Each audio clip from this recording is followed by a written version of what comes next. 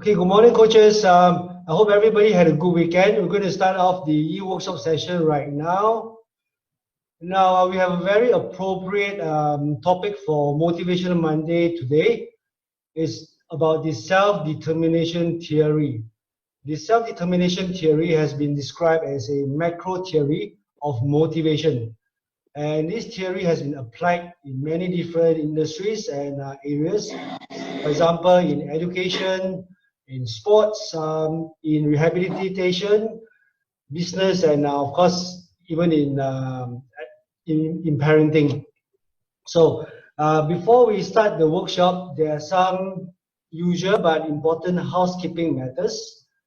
During the workshop, we want to respect each other's space to speak. So we want to have only one conversation at a time. Do remember to mute your mic when you are not talking, and to switch on your videos so we can see your faces. Follow the session format and do send us your questions. We learn best when we ask questions. So send your questions through the group chat. Now we'll be doing a quick introduction of our special guest today. He is Professor John Wang. Professor John Wang is from the Physical Education and Sports Science Academic Group. He's an associate fellow and registered sport and exercise psychologist from the British Psychological Society, Chartered Psychologist, and the British Psychological Society, Chartered Psychologist. So his area of research includes motivational and emotional aspects of sport, physical activity, as well as in academic subject areas. During this presentation, he will give us a general overview of the self-determination theory, and he will also help us to understand motivation in sports. So he'll be starting off with a definition of the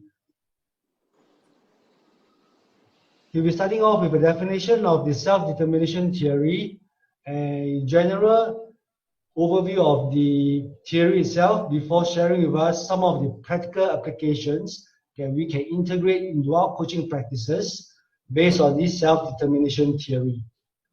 Okay, I'm going to hand over the session to Professor John now. Thank you, Hansen. Let me just share my screen. Yeah.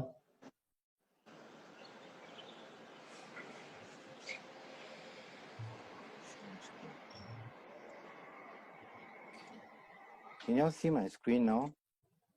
Yes, we can see your screen. Okay. Right, dear everyone, very good morning to all of you. Thank you, Azhar and Hansen, for inviting me to give this talk, right? I mean, when I received the request, right, to talk about theory on a Monday morning, well, I think it would be quite boring, right? I mean, first of all, many of you will have Monday blues, and all of you are sports people, right? Some of you might be recovering from your sport from yesterday, right? So I thought, well, I'm not going to go very heavy on the theory, right? I'll talk a little bit more about car, right? Because car is my favorite thing, okay? So just remember at the end of today's session, if you can remember the keyword car, I think that is fine enough, okay? So C-A-R, car, right? It's about today's session. So your takeaway will be car, okay? So the purpose of my talk today, right, basically is to introduce you to a simple, useful theory, and this is self-determination theory. Now we can use this theoretical framework, right, to understand motivation amongst people in sports or any other setting. So personally, I have been researching on this theory for more than 20 years. I have done many research in Singapore context. I started off as a coach. I coached basketball for 17 years. Then I taught PE in schools. After that, I went to the Ministry of Education as a counselor. Then I went for my further study, right? Mr. K has got a big part to play in my further studies, okay? So I have studied this theory for more than 20 years. I extended it from PE and sports, right, to outdoor education, gaming, classroom areas, etc. And this theory guides me in practice, whether it's as a father, as an administrator, a teacher, coach, or my way of life. So I guess it's my privilege to share with you, right, what I personally believe in. So a bit of overview of my presentation. I'll define what is motivation, because some of us may have different definition, right? Different views on motivation. So let's get this at a common ground first. Then I will give you a very brief overview of the theoretical framework, the self-determination theory. All right, I'll introduce it in a very layman term rather than a researcher kind of term. And finally, I'm going to share some strategies for practice with you. We can have a discussion after that. If you think that you want more strategies, I'll point you to a web resource where you can actually pick up more strategies. Okay, then with that, I'll conclude my session. Right, so what is motivation? Right, motivation is a very important construct study in psychology, right? Because it represents the why question of behavior. So motivation is able to explain why people do what they do, okay? Now, there are 5 behavioral patterns in which you can look at whether a person is motivated or not, right? First of all, is in terms of direction. So there is a choice and a decision-making process. So why do you choose running rather than playing badminton? Why do you choose sailing over track and field? So there is a very conscious decision-making process there. So people can be motivated in one thing, but not the other, okay? Second, right, is in terms of persistent, right? Persistent here means, you know, people persist. So if they fail, if they can't execute the skill properly, they will come back again. They will try harder. They will put in more effort. Okay. Now, there's also persistence over time, such that, for example, if they get injured for a year and they recover, they still come back to the same sport again. That means they are motivated, right? So maybe they had a break, right? Maybe they go to NS or they go for their further study, and when they come back from overseas, they still get back to the same sport again. So this is called persistence over time. Right. Now, in terms of training, right, they will put in more effort. So the intensity will be much higher, right? They will be trying hard. They will put in a lot more time. And finally, right, you can see a person whether they are motivated or not in terms of their performance, right? The outcomes. They will perform much better if they are doing something they are really motivated. Okay, so this is how we see, right, behavioral patterns of motivation. Okay, now another aspect, right, is to view motivation in a more multidimensional construct rather than a unidimensional. So motivation is not whether you are motivated or not motivated. Okay, in the self-determination theory framework, right, we define motivation in 3 different types. Okay, the first one, right, which is the highest level of motivation, is the intrinsic motivation. Now you can see this mostly in sport, because intrinsic motivation, right, is the drive to pursue the activity as an end in itself. Okay, you take part in the sport not because of anything, because you enjoy it, not to win medals, not to prove to anyone that you're better than them, but you really enjoy doing the activity. And sport itself, right, has got that intrinsic value. Okay, now if you look at young children, when they play, that's a perfect example of intrinsic motivation. They are not trying to get anything out of playing, right? But playing itself, right, is a reward, okay, to the activity. Now, the second type of motivation, right, is actually extrinsic motivation. Now, in extrinsic motivation, a person take part in an activity to get something out of it. So, for example, if you exercise to try to reduce weight, that is an extrinsic motivation. Now, if you exercise because you are in the team and you have got no choice, that is intrinsic motivation. Now, if you exercise because someone forced you to do it, you have no choice, that is extrinsic motivation. Okay, so there are actually different types of extrinsic motivation. according to a person self-determination, or according to a person degree of autonomy. There's a third type of motivation. You may seldom hear about it. That's called A motivation. Now, A motivation, you can see it from many people who are not participating in sport, okay, or not exercising at all, because there is a lack of motivation. Now, this person has got no intention to take part or to act, probably because they have tried before and they couldn't pick up the sport, they couldn't learn the skill, or they have tried very hard to reduce their weight by running, but yet they gain no result. So in a way, they became amotivated. Okay, that means they are no longer in the mood of being motivated. They are totally switched off. Okay. So according to self-determination theory, right, there's three basic psychological needs that is essential for our self-growth. Every one of us, right, strive to reach our own potential. Okay, so there's this nutrients that is required for us to excel.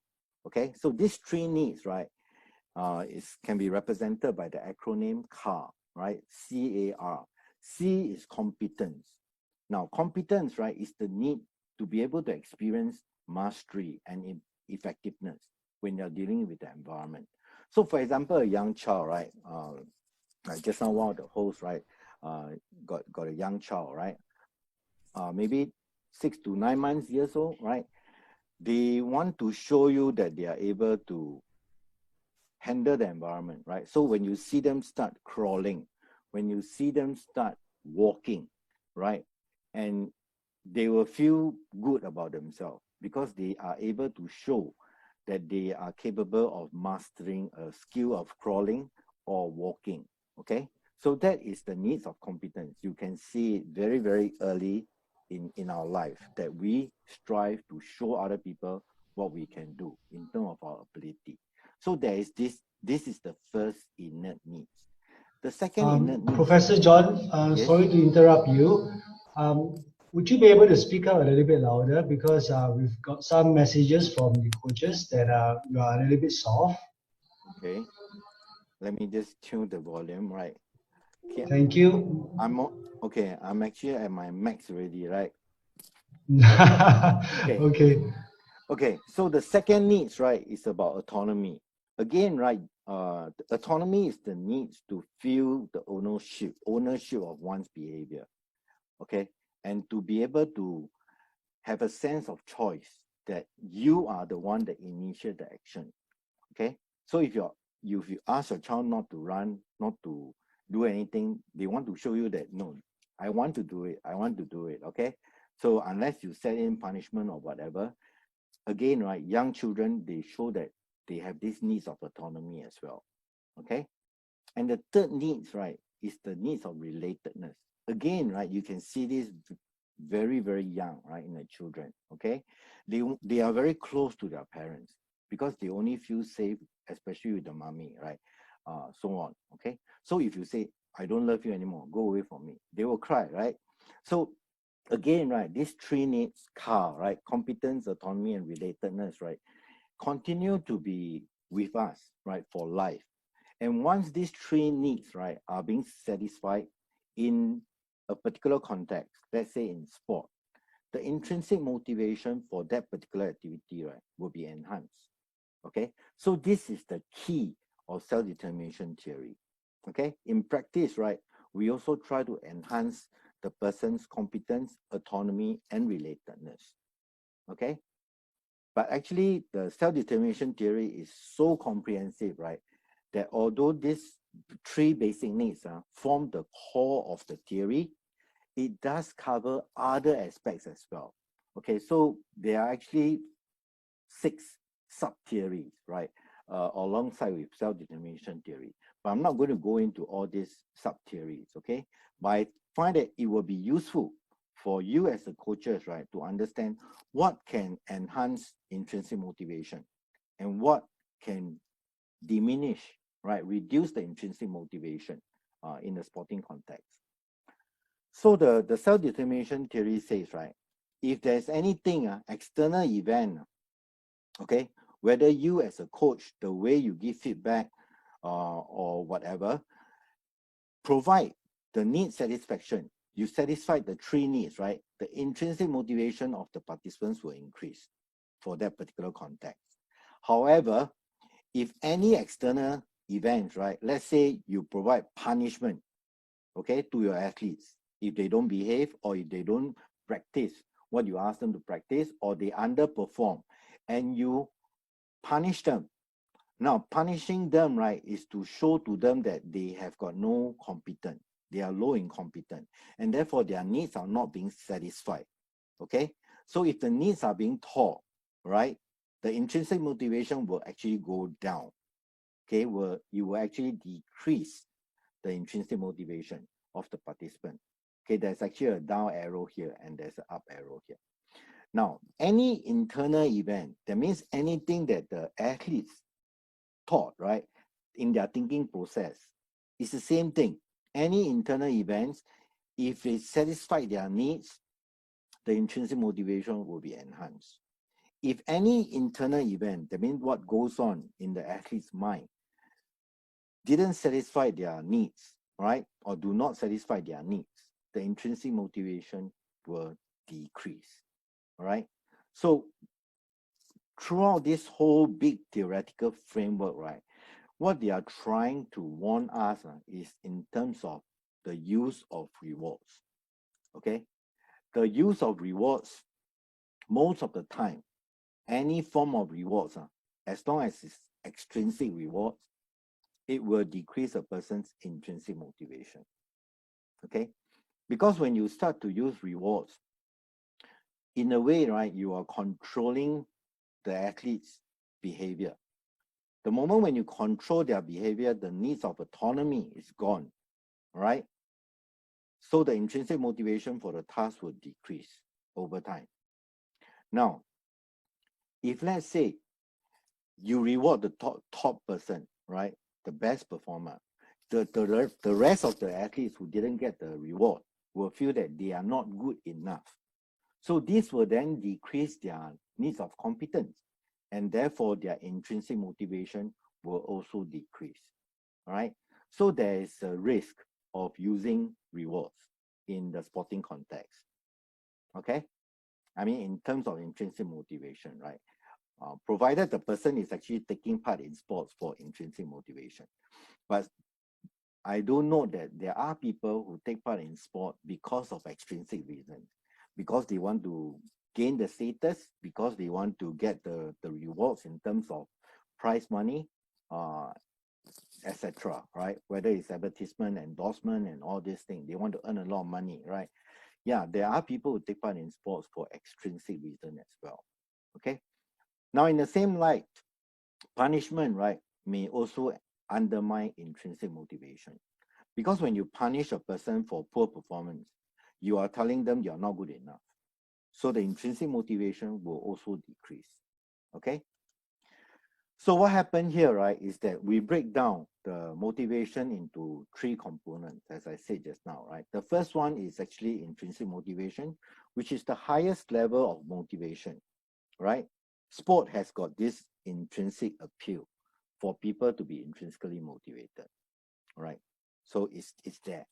But on the other hand, right, because of the commercialization of sport, many people are now taking part in sport for extrinsic reasons, right? It could be they want to take part in sports because they want to gain direct school admission. They want to go to a university using their sports as the appeal, right? So they want direct entry. So there are now people take part in sports for extrinsic reasons, okay? And again, right, there are also majority of the people who are not interested in sport at all. Okay, not everyone is like all of you, right? I mean, go and work out every day and, you know, do exercise, okay? Majority of people do not do that, right?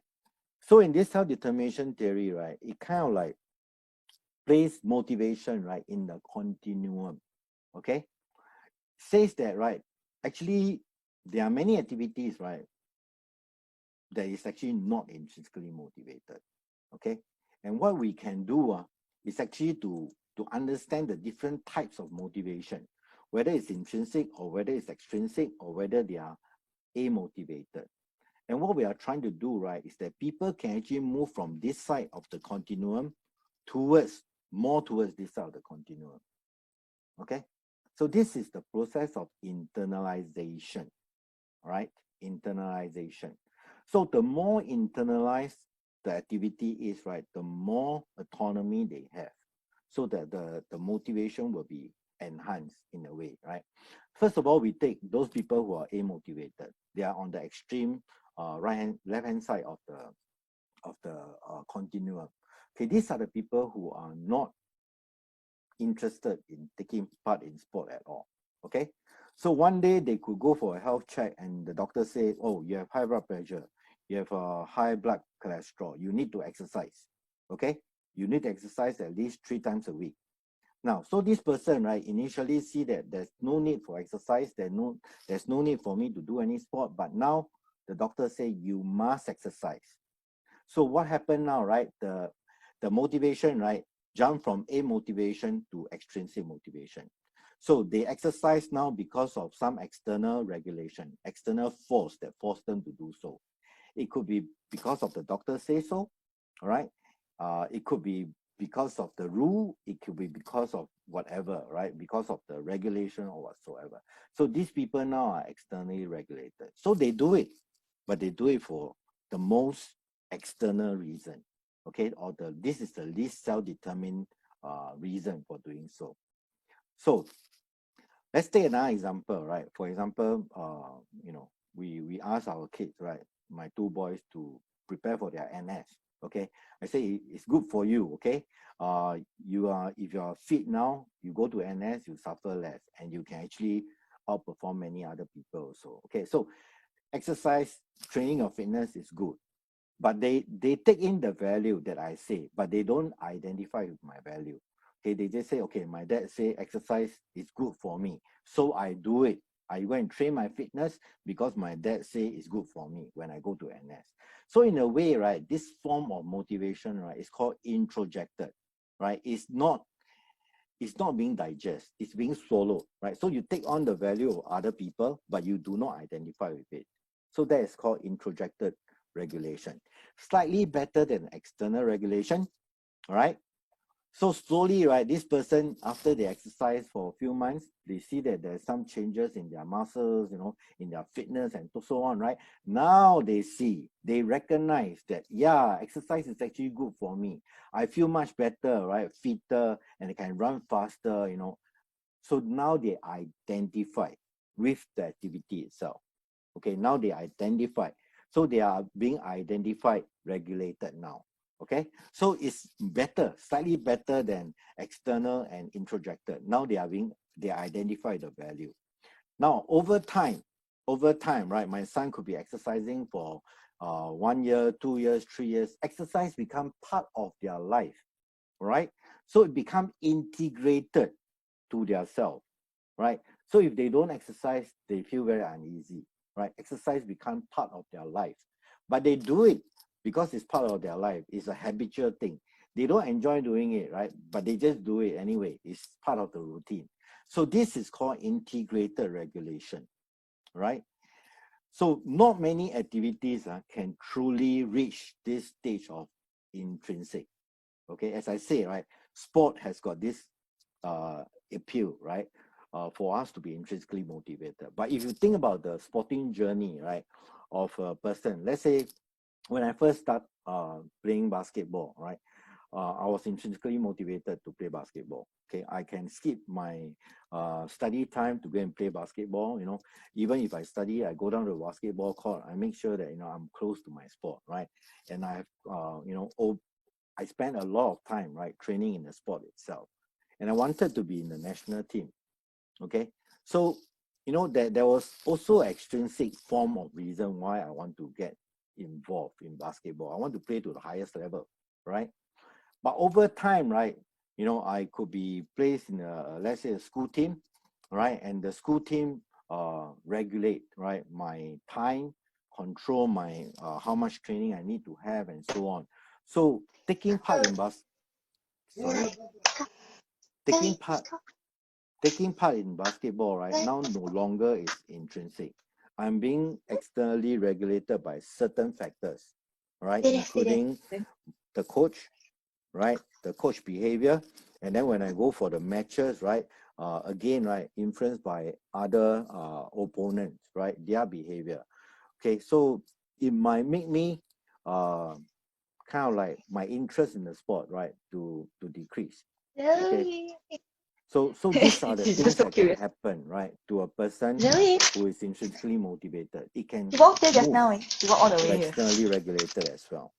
Okay. So So morning she walked, he was okay. I think after she hit, then she's a bit scared. sorry, can you mute the mic if you are not talking? Otherwise, I can hear your voice. Okay. Okay, thanks. So finally, right, there is also a bigger life goal that is linked to self-determination theory. So, okay, in terms of this self-determination theory, right, it says that a person's life goal that they pursue, right, tends to fall into intrinsic or extrinsic focus. Okay, so the research has shown, right, that people who are the three needs are being satisfied. Okay, the needs of competence, autonomy, and relatedness are being satisfied, right, in most of their environment, in the family, at home, at work, etc.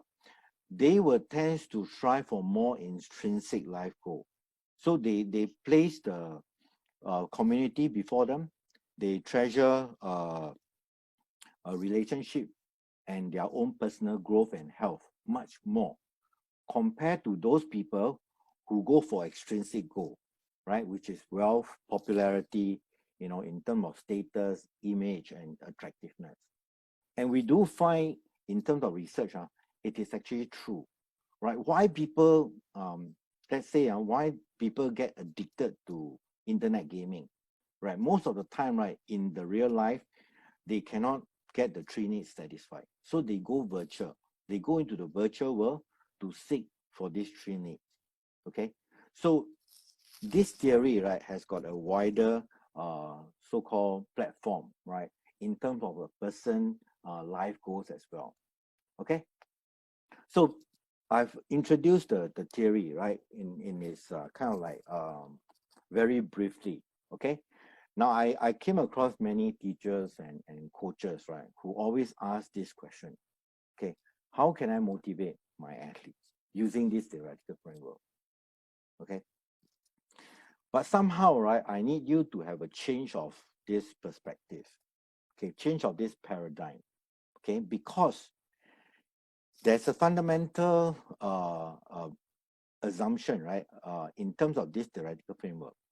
Every one of us, every single person in this world actually has got all the inner motivational resources to motivate ourselves.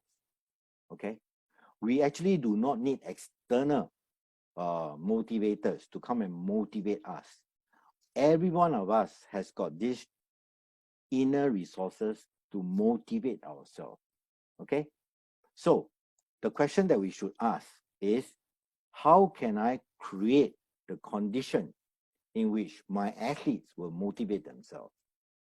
That should be the key question that we ask as a coach or as a teacher. So I mentioned, right, the theory says, right, if you satisfy the three needs, intrinsic motivation will be enhanced. Okay, so let's talk about car, right? This is the car that I'm driving now. Okay, so I just share with you. Any one of you know what is this car? What model it is? There's no price, right? So it just tests your knowledge whether you know about this car or not. Okay, so this is GLC, right? GLC coupe. Okay, and I'm driving a diesel model. Okay, so just remember this car, right? That I show you this car. Okay, so competence, autonomy, and relatedness are the three key areas for you to apply the strategies. Okay, so first of all, right, how can we enhance competence of the athletes? Now, of course, as coaches, right, you will know, right? And all of you have been doing it all the time, right? How to enhance a person's competence. Now, competence is actually one of the key predictor of performance. If a person think that they have the competence, right, they will tend to do well. Okay, so what you can do, right, during your training, during practice, right, is to stick to positive feedback. It is very important for us, right, to give positive feedback. Okay, no matter how bad is the performance, if you give the feedback in a positive manner, it will promote competence.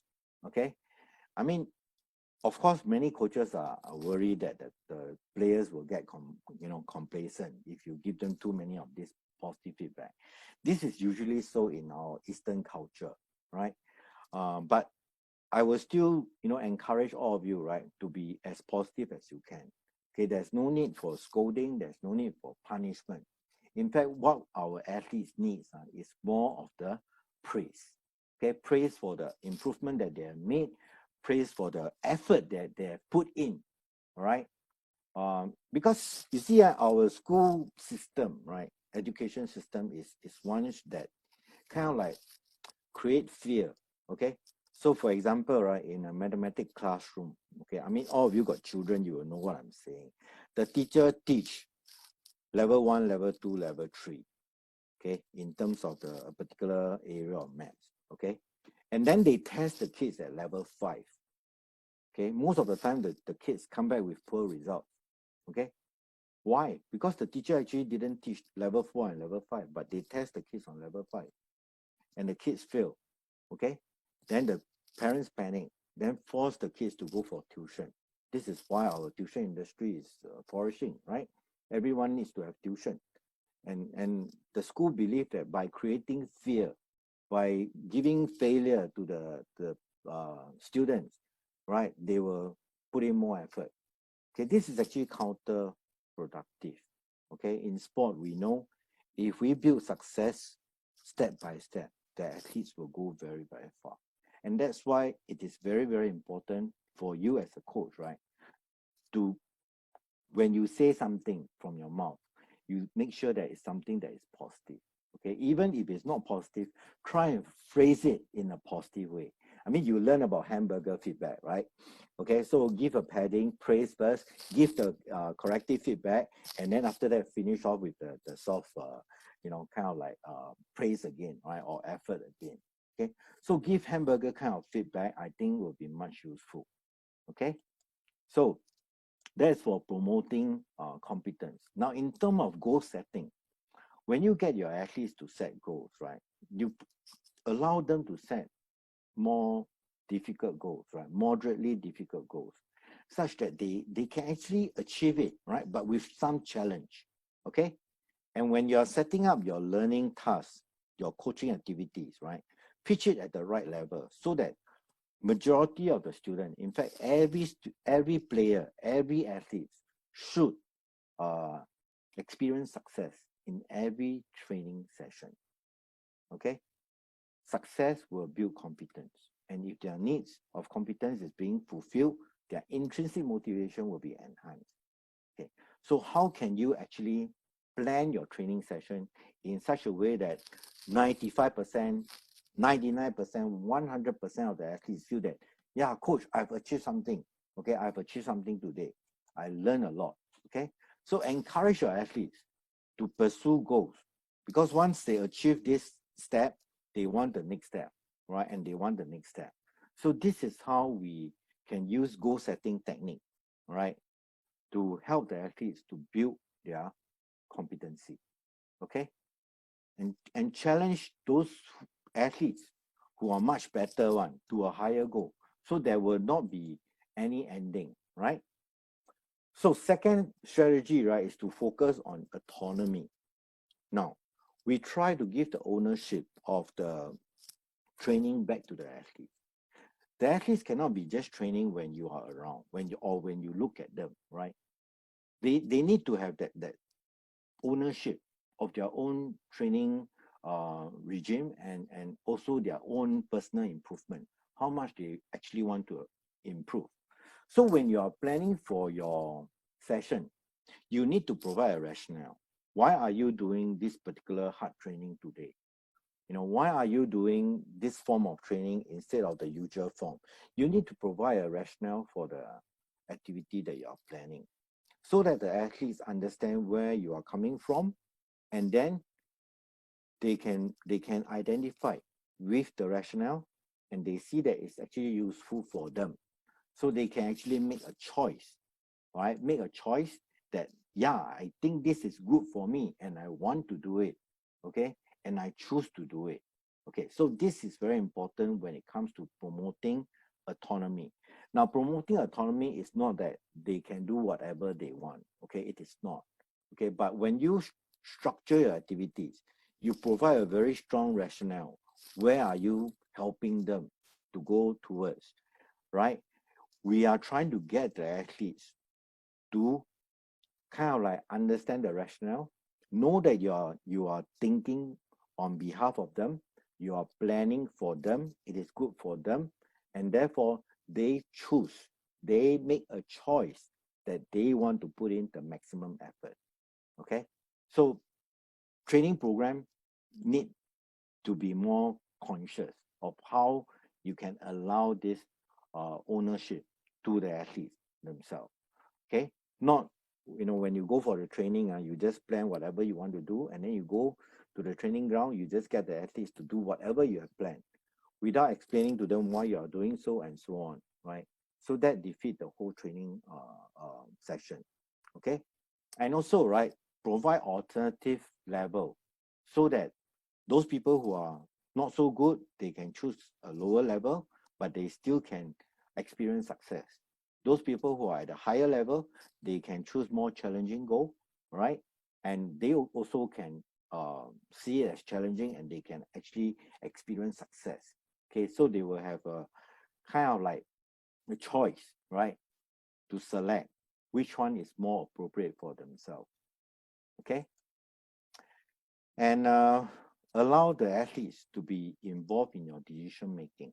I think that is also important to promote autonomy. Okay. Now, in terms of goal setting, right, it's better to set mastery goals rather than performance goals. So mastery goals are based on self-improvement, effort that they put in, not based on beating another person. All right. So promoting mastery goals in training, right, is critical in promoting autonomy as well. Okay. And the next thing I could highlight is that, how can the athletes know that they have succeeded? So you measure, right? Encourage them to measure the improvement, and so they know where they are heading. Okay. There must be a way for you to evaluate your athletes, right? So when they can see progress, they will actually put in more effort. Okay. In any training session, right, mistakes should be viewed as just part of learning, rather than it's something that you cannot tolerate and you want to punish them if they make mistakes. Okay. And the last thing I want to come back, right, is in terms of the rewards. Okay. Use your rewards carefully. As I say, any form of extrinsic rewards, right, can actually undermine intrinsic motivation. The only types of rewards that will not undermine intrinsic motivation, right, is positive reward, praise, right, positive praise. So that is the best form of rewards that you can give. Well done, right, good effort. I can see that you are putting in effort. Okay, well done, keep it up, keep up your effort. This form of rewards will not undermine intrinsic motivation. In fact, it will enhance intrinsic motivation. This is the only type of rewards that will not undermine intrinsic motivation. Okay, and finally, right, relatedness. How do you actually promote relatedness? Again, there are many different ways, right, to try and create this sense of belongingness, right, to the team. Okay, so but I think the best way is when you are setting up your training climate, right, the climate of your training session, right, it should be a very positive kind of tone, right, rather than very hostile. You are scolding, you are punishing the kids, right, all the time, for not doing according to the standard that you require them to do so. Okay, so create your training session such that it is very positive. Everyone is charged with positive energy. I think that is the key, right? This has got a lot to do with the words that you use as well, right? The tone of your voice as well. Okay, get to know the athletes personally, right? And also within the athletes themselves, right? Get them to know each other. Okay, so I think forming that bond towards the team is very important, and you as a coach, right, need to make that first move. Okay, and again, right, you can show the concern with the athletes' well-being.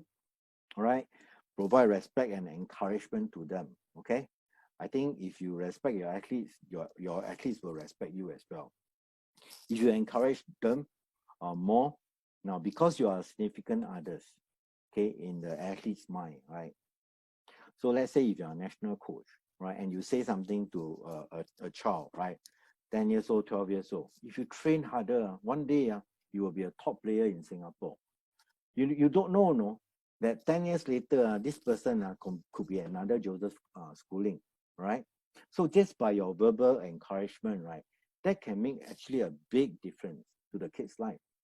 Okay, so if you want more practical strategies, right, I have a website that you can go to.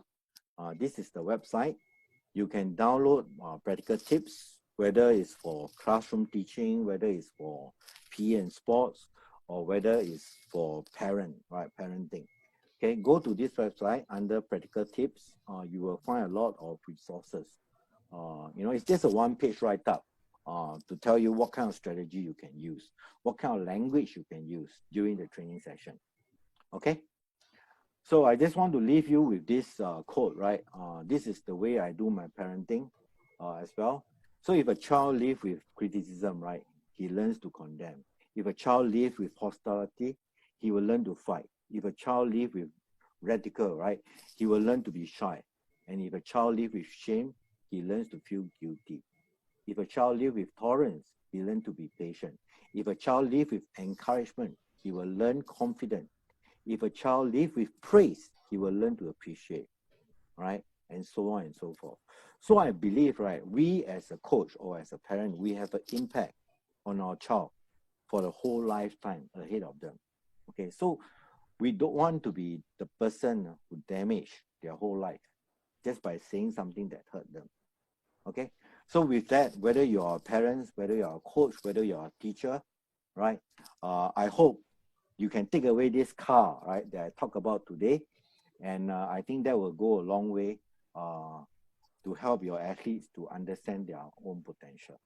Okay, so with that, I thank you very much for your attention. Thank you, Professor John. Coaches, if you have any questions, please key in your questions in the Zoom group chat. Professor John, I especially like the beginning part of your presentation when you share with us that we need to make the assumption that our athletes have the wisdom and the ability to direct their own motivation, rather than us, being the experts and telling them what to do and being the person to rah-rah them. And that it's more important to create the conditions to cultivate or to foster competence, autonomy, and relatedness. I think that's a mind shift that a lot of our coaches need to have, because if you observe, a lot of the things are changing for the better. But however, if you observe a lot of our coaches, they are still practicing a very directive style of coaching rather than guiding.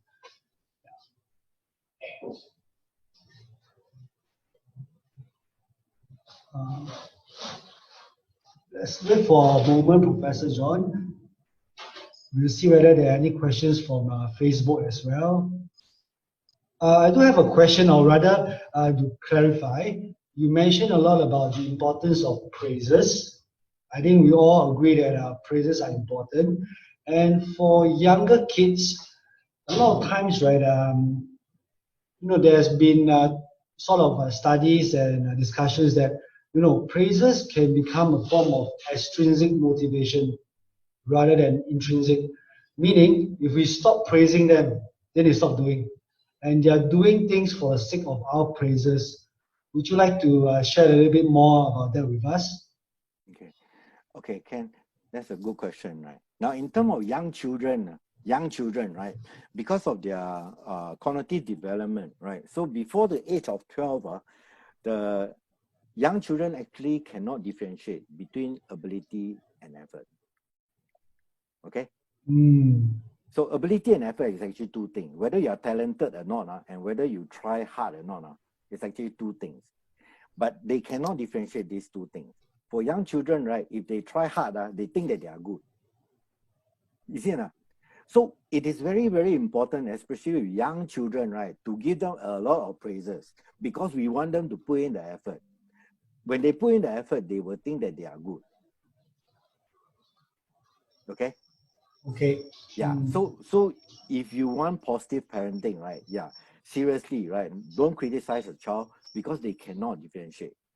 Okay. Now, the moment when they cross 12 years old up to 14 years old, you see many people actually start dropping out of the sports. Why? Because now they can differentiate ability from effort. Now, if you are really very good, right, you actually don't have to train very hard. You can win. Right? If you are really talented, you don't have to put in a lot of effort. You can win. But if you put in a lot of effort, then you win. That means you're actually not as good. Is that the correct messaging that we want our, young athletes to have? Young athletes is fine, but because as I say, right, praise for effort. Don't praise them for ability. Praise for effort, yeah. Yeah, don't say that you're so talented, you're really good and all this. Don't praise them for ability. Praise them for effort because they will think that you because they put in effort, so you say that they are good. They will put in more effort. Right. Yeah. So maybe you could share with us an example of maybe a feedback frame on how we can praise them for effort rather than just telling them, hey, you are great, good job, or fantastic. So in terms of ability praise, which I discourage, is that, well, you are so talented. You are superb. You are number one. Okay, this kind of praise, right? You are praising them for ability. So we this kind of don't encourage this form of praise. Right. Okay, you are talented, you are superb, and all these things. But when you say, hey, really good effort, right? Today you really try very hard. Okay, yeah. If you praise for effort, right, that's something that they can improve on, right? Yeah. And they will be able to put in more effort the next time. Yeah. To help them recognize that it was the effort that they have put in that have helped them to master their goals. You also mentioned mastery goals. I think that was something that is really important for coaches to keep in mind also. Yeah. Professor John, there's a question here in the chat group. It's from Zhen Zhen. She says that if a young player, 7 to 10 years old, is arrogant and overconfident, do we still want to praise them? You see, as I say, right, because they may get that socialization because they mix with their friends or their parents and all these things. They might be socialized into a certain way, right, to think that they are very talented. Okay, so I want to link this self-determination theory to the growth mindset, right? Again, right? So there are people who from young, right, the parents say that you are talented. Okay, because let's say the dad is a top athlete, okay, and then they tell you have the gene, right? You have all the genetic makeup of being the best player or best swimmer as well. So there's this growth mindset, fixed mindset that is being implanted to the child. Okay, to say that I'm talented because my dad is also talented, right? So genetically, it's passed down to me. I'm also very good. Okay, so I'm talented. I'm born this way. So what happened is this person, when they have a fixed mindset, the questions that they will ask in any setting is that, am I talented? Is he talented, more talented than me? You understand what I'm trying to say? So you're comparing now your talent with another person. But Right. talent is fixed, you know. Talent is fixed. You cannot change talent. So once you discover that you are not so talented as another person, right, you will see yourself as a failure. Right. Okay. So they want to focus on yeah, back to that question, right, about the child being arrogant and all these things. So you need to look at what is this child thinking about his ability. Okay, he is more ability driven. He thinks that he has got the ability, and that's why he becomes arrogant. The coach can always increase the challenge for this particular child. All right, that's a good tip. Yeah, increase the challenge, raise up the bar higher so that he can achieve higher goals, rather than the goal might be too easy for them. Right, so adjust the goal setting up to be a more challenging, but do not use negative phrase or try and criticize them in order to bring them down to the ground, right? I mean, this is in our Eastern culture, right? But doing that can actually damage a child's self-esteem. Right. Okay. Yeah, in the long term, it's not good. Yeah. So instead of putting them down, so to speak, we want to set higher or more challenging goals to continue to challenge them and to continue to build up their self-esteem. Yeah, it's a good point that you mentioned that the self-determination theory is related to the growth mindset also, where you want to praise the athlete or the young child based on their effort and the progress they have made as a result of effort and learning. But we'll be having another session next week, so the speaker will be specifically talking about the growth and fixed mindset also. Coaches, do you guys have any other questions before we thank Professor John? And we would not want to hold him up as well. I'll be waiting for a few seconds. Professor John, bear with me. If there's really no questions, then we will thank Professor John for his invaluable sharing. Yeah. Sorry, Hansen. Can I just answer one, right? By BK Cole to everyone. BK Cole, okay. Yeah. So under the message there, right, say that I missed that one out. Yeah. Yeah. Coaches has given extrinsic motivation like chocolate and all this to kids 5 to 8 years old. Now, again, right, this is the same as teachers who give out stickers, right? Yes, in a way, because it's the extrinsic rewards, so it can actually hinder their intrinsic motivation. So next time, if you don't give chocolate, then they don't look forward to your training session. That could happen.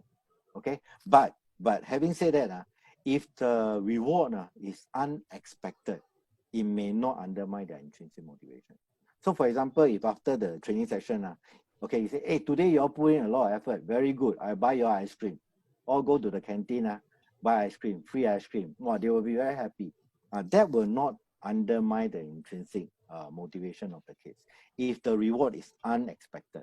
But the moment when they start to expect the rewards from you, that is where rewards become problematic. Okay, so if you want to give rewards, right, give like surprise. Okay, and tell them that this is actually to reward for your effort, right? Right. And it's a once-off thing, not don't expect it every time. Okay. Yeah, the surprise element is important. Otherwise, it may just become something that they are extrinsically motivated by, these sweets and chocolates. Yeah. That's a very good point. And I think we've had a really good session, or rather, we had a very good learning experience this morning from Professor John. And the self-determination theory, I think there are three main elements that Professor John has reminded us about. Okay, and we can remember this simply by remembering the acronym CAR. C is for competence, A is for autonomy, and R is for relatedness. So we don't just want to know about the theory, we want to know how we can apply this theory and how we can integrate some of the practices into our own coaching practices. So to do that, Professor John has also shared with us a link to, I think it's an NIE website, right? So you can pull out some information from there and perhaps Okay, do a reflection about your own coaching practice and how you can integrate some of these recommendations to better foster a coaching environment that helps to foster competence, autonomy, and relatedness. Okay, with that, thank you very much, Professor John. Okay, I hope thank you. we'll be able to invite you back again for another session.